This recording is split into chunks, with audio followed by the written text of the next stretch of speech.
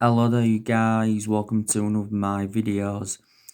So Sergio Regulion could be Ole Gunnar Solskjaer's second signing in this summer transfer window. Now Fabrizio Romano has already revealed that Real Madrid have offered Sergio Regulion to Manchester United. He also said recently he was offered to Arsenal and Tottenham. But we will decide on Sergio Regulion soon. It also mentions that Sevilla do want him. Don't forget he was on loan with Sevilla last season, made 38 appearances in all competitions. He's also had loan spells with the Logrons, but he has been at Real Madrid for several years. I think it's looking very, very imminent that he's going to be leaving, because he can't get in Real Madrid's team because Zinedine Zidane prefers Ferland Mendy and Marcelo ahead of Sergio Regulion. He recently said we may have to settle for a loan deal for the player. It recently said that we'd put around the £27 million bidding for him. Real Madrid do value him in the £20 million range. Now, he's also put Manchester United fans into meltdown because he has removed Real Madrid and he's following some of our, players on social media. Sergio Regulion is a left back. It would be beneficial if Manchester United could get a left back in. We've got two predominant left backs at the moment, and that's obviously Luke Shaw. He's our first choice left back. My only element of concern about Luke Shaw is that he is injury prone. Luke Shaw's endured 6 years with Manchester United. We paid £30 million in from Southampton back in 2014. Don't forget, sustained an ankle injury towards the end of last season. And also we've got Brandon Williams. He's our backup left back. Don't forget, he recently got given the number 33 shirt, and it weren't so long ago that he signed a 4-year contract with Man United. Last season was his first season in our senior squad. Williams made his senior debut against Rochdale in the Cup, made his first league start against Brighton. Sergio Regulion is only at the age of 23, so he has still got a lot of development in him. Real Madrid did recently say that they want 2 clauses in the Sergio Regulion deal. This would be a 25% sell-on clause, plus with an option to buy. But he has still got a contract with Real Madrid until 2023. So would you take him at Manchester United? Now, the Spanish camp have confirmed transfer bids from Manchester United and Liverpool for Sergio Regulion and Thiago Alcantara. You already know the news on Thiago Alcantara. Liverpool are in advanced talks to sign the player, so negotiations now are at an advanced stage, obviously. I think Gini Wijnaldum is close to leaving Liverpool. He's set to join Barcelona, and Liverpool said if Gini Wijnaldum was to leave them, they will step their interest up in Thiago. Now, obviously, Bayern Munich have already revealed their asking price. They do want around £27 million. He is a cheap solution. Liverpool have been emerged as the favourites for a while, but he did say the other week that we moved ahead of Liverpool in the race. Now, Thiago Alcantara recently spoke about his future, and he actually said that he could end up staying at Bayern Munich because he denied that he asked to leave Bayern Munich, and he refused to comment on a transfer to Manchester United or Liverpool. There's also been rumours about him possibly going back to Barcelona. Thiago's a former Barcelona player. But Thiago has been a long-serving player at Bayern Munich. He's endured 7 seasons with them. He scored 31 goals in 235 games in all competitions. Thiago contract does expire next year, so that's when he would be available on the free. Munich did say earlier on this year they was very convinced that Thiago would have signed a contract extension. He has won 16 major honours with Bayern Munich, and Bayern Munich did pay €25 million for him from Barcelona back in 2013. Thiago's predominantly a box-to-box midfielder, but he can also be deployed as a holding midfielder, and he can also be deployed as an attacking midfielder, and he's the age of 29. He said Solskjaer recently held talks with the player in person over the possible move to Man United because we're looking to hijack Liverpool's move for the player. So I can't see Thiago coming to Manchester United. Just want to talk with you a bit more about Donny van de Beek. Now, where will Donny van de Beek play at Manchester United? Now, I think he can play alongside Bruno Fernandes and Paul Pogba in our midfield. I think he'll complement Bruno Fernandes and Paul Pogba in our midfield fantastically well. And I think he's the perfect fit for Man United. He can play in a few different positions. You know, Donny van de Beek is predominantly a box-to-box midfielder. But before, he has been deployed as a holding midfielder. But it's very, very rare that he plays as a holding midfielder. And he can also play as an attacking midfielder. Now, as you all know, Donny van de Beek is our first signing in this summer transfer window. Obviously, we got him in a deal worth £39 million. We paid just over £34 million to him up front, with like £4.4 million in add-ons. Don't forget, Donny van de Beek signed a 5-year contract with Manchester United, you know, to keep him at the club until 2025, and there's also an option of a further year. Last Monday, he completed his medical in the Netherlands, and he recently played in Netherlands game against Poland.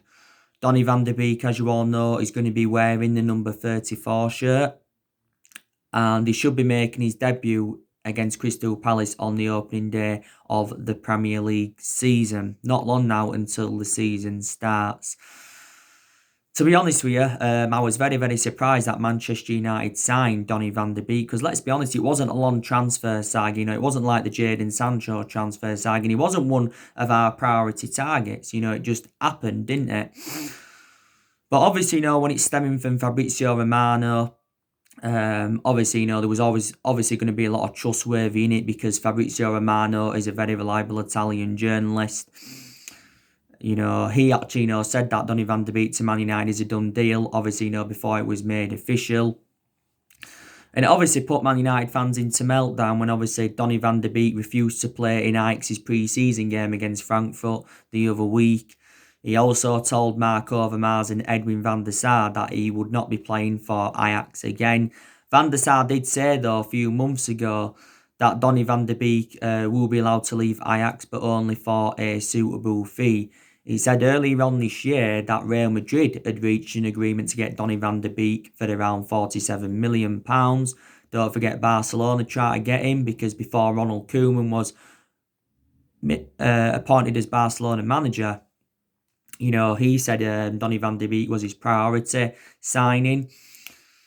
It said Arsenal wanted him, but they couldn't afford him. You know, Tottenham obviously, you know, made a late approach for the player. Also, to PSG went in for him. But I think at Manchester United, Donny van de Beek can replicate what he did in the years he was with Ajax. He was with Ajax for several years. Joined Ajax's youth setup in 2008. He was in their youth setup for 7 years, and he made his senior debut for Ajax in 2015. And he scored 41 goals in 175 games in all competitions. He did still have a contract with Ajax till 2022. In the 2018-19 season, Donny van de Beek was key for Ajax getting to the Champions League semi-finals, and they also won the domestic double in the 2018-19 season. At Ajax, Donny van de Beek was predominantly a number 6. I actually have let quite a few of their players go now, haven't they? You know, they've let Donny van de Beek go, they let Hakim Ziyech go to Chelsea in February, they let Frankie de Jong go to Barcelona, and they also let Matthijs de Ligt go to Juventus. But I think Donny van de Beek is going to do very, very well for Man United. But we know that we need more signings than him. You know, Solskjaer said he's looking to make 3 more signings now. Just now, I want to give you some news on Gareth Bale from Real Madrid. According to Marca, Manchester United have shown an interest in Gareth Bale. We have been in for Gareth Bale for several years. It also mentions that Tottenham are interested in him, so could he possibly go back and reunite with Tottenham? Now, it did say that Gareth Bale is set to hold showdown talks with Zinedine Zidane regarding his future. So he actually could be leaving Real Madrid this year. I think Gareth Bale had an interview, didn't he, recently saying that he was looking forward to a new project. Obviously last year, was it? But obviously it never materialised. It never materialised, did it? Now, obviously, I think it revealed that a Premier League club had put an £89 million bid in for Bale. But obviously, this Premier League club is unnamed. At one point, Gareth Bale was very, very close to joining the Chinese Super League. Was it last summer, if I'm right? Obviously, he said he agreed a 3-year contract worth around £1 million a week, but his move to the Chinese Super League never materialised. I think we've been in for Gareth Bale since like the David Moyes era. Gareth Bale has obviously enjoyed 7 seasons with Real Madrid. He has won a total of 13 major honours, if I'm right. He's still got a contract with Real Madrid until 2022. Real Madrid did pay £85 million in from Tottenham back in 2013. And I think at that point, it was a world record signing. Gareth Bale, as you all know now, is 31 years of age. And my element of concern about Gareth Bale is that he is injury prone, sustained a lot of injuries as a Real Madrid player. Can play on the left wing, can play on the right wing. Obviously, when he was a lot younger, he started out as a left back, did Gareth Bale. This was during his time at Southampton because that's where he began his career. So that's the news on Gareth Bale. Obviously, Man United is still trying to get Jadon Sancho on the board from Borussia Dortmund. Obviously, we are still in negotiations over getting him. Solskjaer has held talks with Jadon Sancho several times. Don't forget, Ole Gunnar Solskjaer is frustrated with Ed Woodward, obviously over the lack of transfer activity. And he's urged Ed Woodward to sign Jadon Sancho because obviously Jadon Sancho is our number 1 priority target. Now, Jadon Sancho did recently reveal that he is humbled by the £108 million asking price that Dortmund are demanding from Manchester United, but Sancho says he wants to stay patient throughout the course of his career. And he says he has no issue with the transfer speculation linking him with a move to Manchester United, but he said he is focusing on Borussia Dortmund at the moment. So Jadon Sancho at Man United is definitely still a possibility. A few weeks ago, it did look dead in the water. Obviously, we're trying to finalise the salary and the fees of Jadon Sancho's agent before we actually put a bid in. He said a few weeks ago that we'd abandoned our chase for Sancho until the summer of 2021. But like I've said to you, I believe that Solskjaer is progressing as Manchester United manager. And he's blameless with the lack of transfer activity, because obviously Solskjaer's publicly come out and admitted that, Manchester United have got to spend money in this summer transfer window, and Solskjaer's already outlined his transfer plans. But I did say to you, didn't I, that Man United are really, really losing patience, with the board. As obviously, our recruitment policy's been poor for several years. and we've also overpaid for players in recent years. Like I said, Woodward's been at the football club since 2012, so Woodward's been with us around 8 years, and the Glazers have been with us around 15 years. But Woodward, don't forget, did say, that he's determined to back Solskjaer in this summer transfer window, and a few times he assured that Ole Gunnar Solskjaer's job is safe. Even when we went through that bad period at the first part of last season, when we enjoyed our worst start ever to a Premier League season. And the Glazers also said that they're determined to back Ole Gunnar Solskjaer. And obviously Solskjaer recently given Ed Woodward some transfer advice that he will not make the same mistake as Jose Mourinho made. But this summer transfer window, Solskjaer's fourth transfer window as Manchester United manager. Obviously, so far at the football club, he has spent over £200 million. Last summer he brought Daniel James, Wan-Bissaka and Harry Maguire in. And in January, he bought Bruno Fernandes and he brought Agallo in. He got Agallo on loan. And recently, we just brought Donny van der Beek in. And also, we brought a few academy players in. So it's good that we brought, more young players in. And it's good that we've got a lot of good young players coming through at Manchester United. But I think Solskjaer does deserve more backing at the football club. I really, really do. And I've definitely seen improvements under the Ole Gunnar Solskjaer era. I won't take anything away from that. I think our recruitment's definitely improved under him. I think he's brought the players that he's wanted to bring in so far. We've missed out on a couple of players since he came in. That's obviously Erling Haaland and Jude Bellingham. I think the way Solskjaer promoted the youth last season was very, very good. He's also got rid of a lot of the deadwood since he got recommended into the football club. We've seen players like Sanchez leave, Lukaku, Angel Gomez, Ander Herrera, Fellaini, Darmian, Valencia, Ashley Young. Obviously, I've also loaned a few players out as well. So it's good that he has got rid of a lot of the deadwood. And I think there's definitely players that have improved under the Solskjaer era. I think Martial's improved. I think Rashford's improved. Fred's improved. McTominay's improved. Luke Shaw's improved. Pogba, he's definitely improved as well. I think the players that Solskjaer's brought in have also done very, very well. But don't get me wrong, there's still improvements needed at Manchester United. I think Solskjaer's decision-making's got to improve. I still think there's certain players that have got to improve. I think there's aspects of Harry Maguire's game that's got to improve. Lindelof's got to improve. Bale needs to improve his fitness level. I think there's probably still aspects of Rashford's game that's got to improve. De Gea, he's obviously got to get back to his best vein of form. There's aspects of our game that have got to improve. But yeah, Solskjaer has been at Manchester United now around 20 months, or is it 21 months? But he has been at the football club over a year and a half. And I don't know if Solskjaer's the right manager for Man United, and I don't know if he's the foreseeable future for the football club. I think this season is definitely going to tell the story.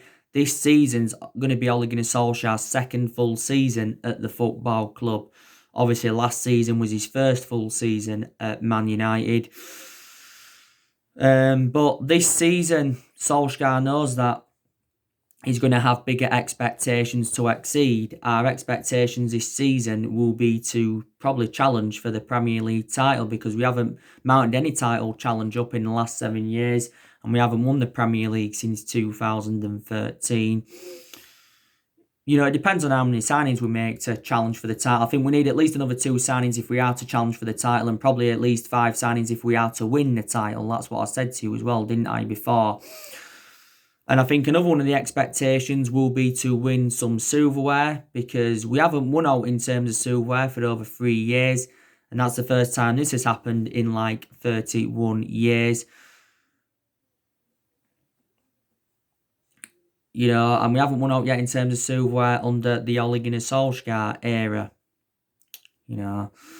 But But yeah, big season ahead for Manchester United. And it's very, very imperative that we do have a strong start to this season. Very, very imperative indeed.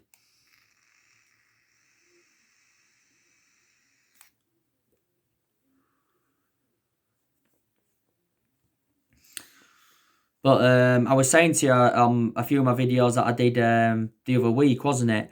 You know, Solskjaer is actually in a similar situation to what Mourinho was under, because obviously in the summer of 2018, you know, Jose Mourinho made it clear to our board that he wanted to get a centre half in. Obviously, never got that centre half in, did he? And he just didn't get the players that he wanted in. So this is one of the main explanations why Mourinho got sacked. You know, Mourinho had bad disputes with our board. He had bad disputes with the top players as well. You know, Mourinho did bring 11 players into Man United, didn't he? Don't forget, and spent 400 million or just under 400 million pounds. But he did win the Europa League and the League Cup in his first season at Manchester United. Don't forget, and I think got a second place in his first season. But he did get sacked after 2.5 years. But the vast majority of this team is Mourinho, so let's put into the equation Solskjaer's inheriting them. Obviously, there's still a few players here from the Louis van Gaal era. Louis van Gaal must have bought around 16 players in, and he spent just over £200 million at Man United.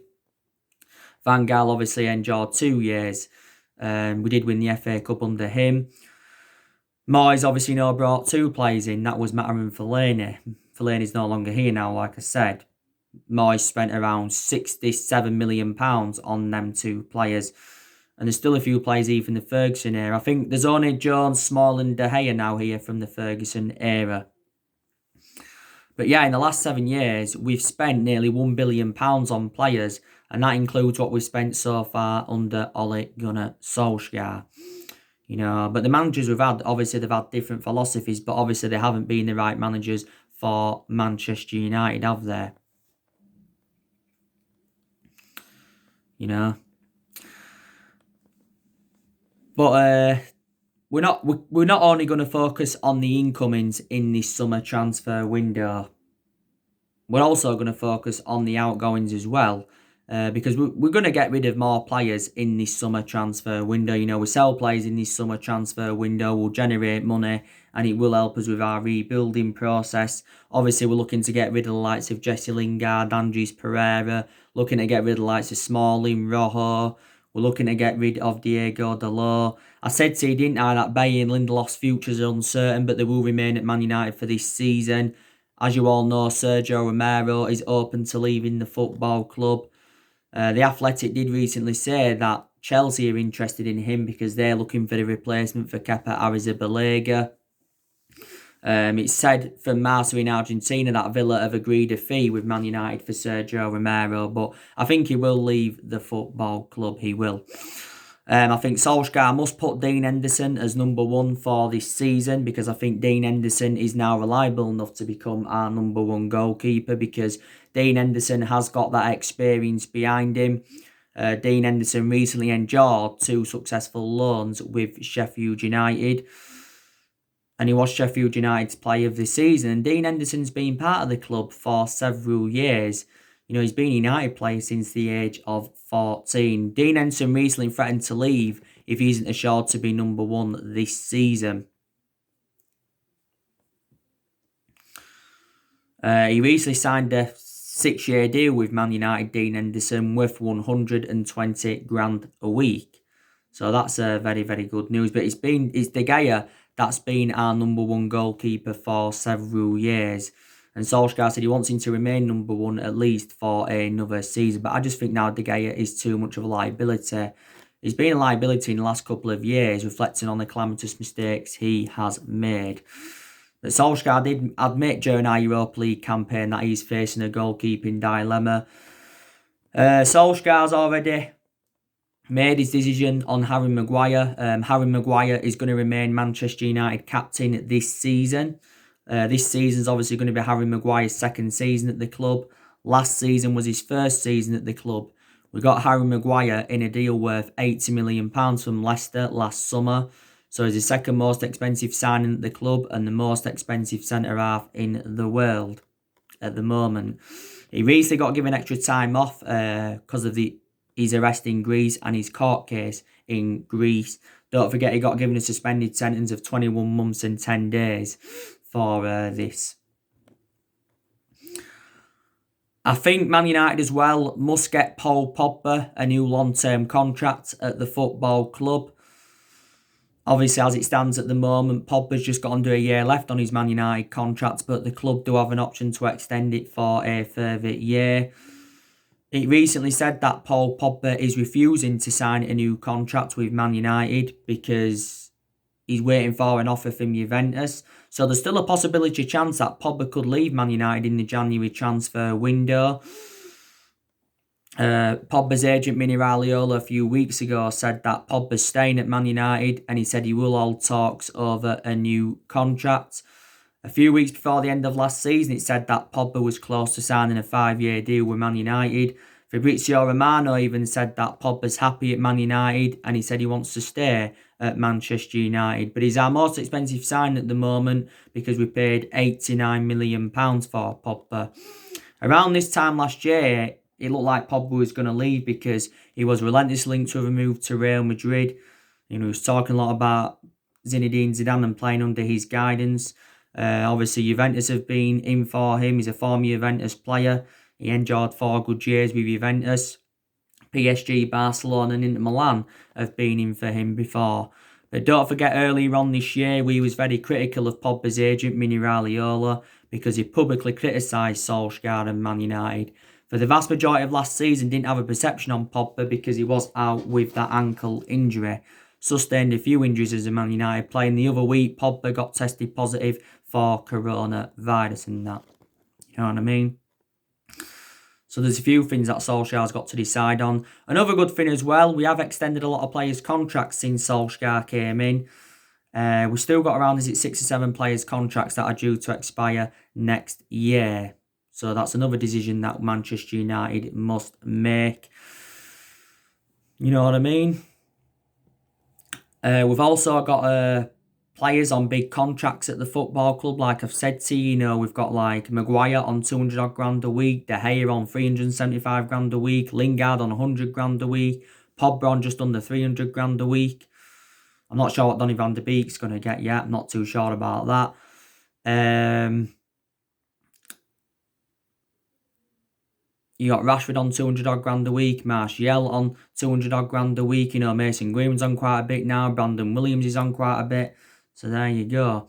Well, like I've said, it's just going to be hard for any manager at Manchester United to replicate Ferguson's legacy or to last as long as Ferguson did. Ferguson endured 26, 27 years at Manchester United, endured over 20 odd years of success. But Ferguson didn't settle in straight away because he didn't win out in his first 4 years at Manchester United, did he? He didn't. But we won a total of 38 major honours under Ferguson, including 13 Premier League titles. We are the most successful team in Premier League history at the moment. And in total, we've won 20 titles. But we need to give Solskjaer time. A lot of United fans believe if he's given the time he wants, he could possibly emulate into the next Jurgen Klopp.